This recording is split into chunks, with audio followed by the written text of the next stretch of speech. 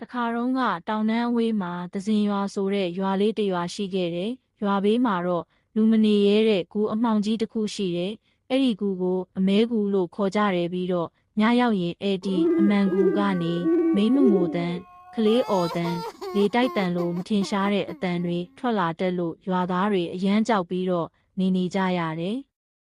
ရွာကြီးကဲတွေကညဘက်အဲ့ဒီဘက်မသွားကြနဲ့ကူထဲမှာဆုံးမတစ်ယောက်နေတယ်လို့အမြဲသတိပေးတတ်တယ်။အဲ့ဒီဆုံးမဟာအရင်တုန်းကမတန်းမြဆိုတဲ့မိန်းမကောင်းတစ်ယောက်ဖြစ်ခဲ့တယ်။သူမကဆင်းရဲတဲ့သူတွေကိုကူညီတတ်ကလေးတွေကိုဆေးဘက်ဝင်အပင်တွေနဲ့ကုသတတ်မိဘမဲ့ကလေးတွေကိုမုံမထား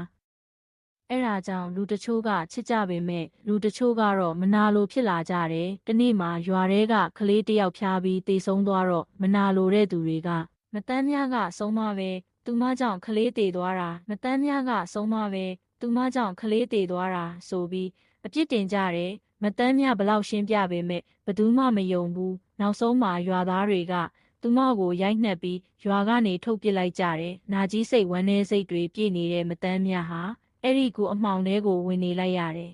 ။အချိန်ကြာလာတော့နာကြီးမှုကမကောင်းတဲ့စိတ်အဖြစ်ပြောင်းလဲပြီးသူမဟာဆုံးမဖြစ်သွားခဲ့တယ်။သဇင်ရွာမှာမောင်ဖိုးလာဆိုတဲ့လူငယ်တစ်ယောက်ရှိတယ်။သူကကြောက်တတ်ပေမဲ့တတိရှိမမှန်တာကိုမခံနိုင်လူတိုင်းကိုတနာတက်တညမှာသူ့မိကဖျားနေတာကိုဂူနာကဆေးပင်တစ်မျိုးမှသာကုလို့ရတယ်ဆိုတာသိသွားတယ်။ရွာသားတွေကမသွားနဲ့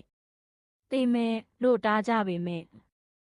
မောင်ဖိုးလာကအမေအတွက်ဆိုရင်ကြောက်လဲသွားမယ်လို့ဆုံးတယ်။မောင်ဖိုးလာတုပ်လေးတစ်ချောင်းကင်ပြီးဂူထဲဝင်သွားတယ်ရုတ်တရက်မင်းပါလာရှာတာလေမင်းလဲငါ့ကိုတက်ဖို့လာတာလား တက်ဖို့လာတာမဟုတ်ဘူးအမေအတွက်ဆေးပင်လာယူတာပါအဲ့ဒီစကားကြောင့်ဆုံးမရဲ့မျက်လုံးနီနီကနည်းနည်းလျော့သွားတယ်။သူမကသူ့တိတ်ကိုပြောပြတယ်။ဘလို့အပြစ်မဲ့ခဲ့လဲဘလို့စွန့်ပစ်ခံခဲ့ရလဲဘလို့နာကြီးခဲ့ရလဲမောင်ဖိုးလာနားထောင်ပြီးမျက်ရည်တောင်ကျလာတယ်လူတွေကမကောင်းခဲ့ပေမဲ့မင်းစိတ်ကမကောင်းဖြစ်သွားရင်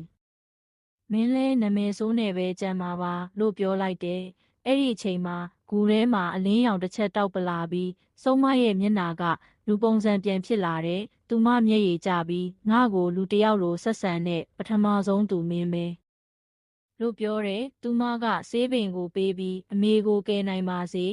လို့ကောင်းချီးပေးလိုက်တယ်။မောင်ဖိုးလာအမေကိုကုသပြီးအမေပြန်ကျန်းမာလာတယ်။နောက်နေ့တွေမှာဂူထဲကကြောက်စရာအတန်တွေမထွက်တော့ဘူး။ဆုံးမလည်းမပေါ်တော့ဘူး။ရွာသားတွေနောက်မှတိသွားကြတယ်။မကောင်းတာကိုဖန်တီးတာဆုံးမမဟုတ်ပဲလူတွေရဲ့မနာလိုစိတ်ပဲဖြစ်တယ်ဆိုတာကိုနာကြီးစိတ်ကလူကောင်းကိုယ်တော်မကောင်းဖြစ်စေတတ်တယ်တနာတတ်တဲ့စိတ်ကအမှောင်ကိုအလင်းဖြစ်စေတတ်တယ်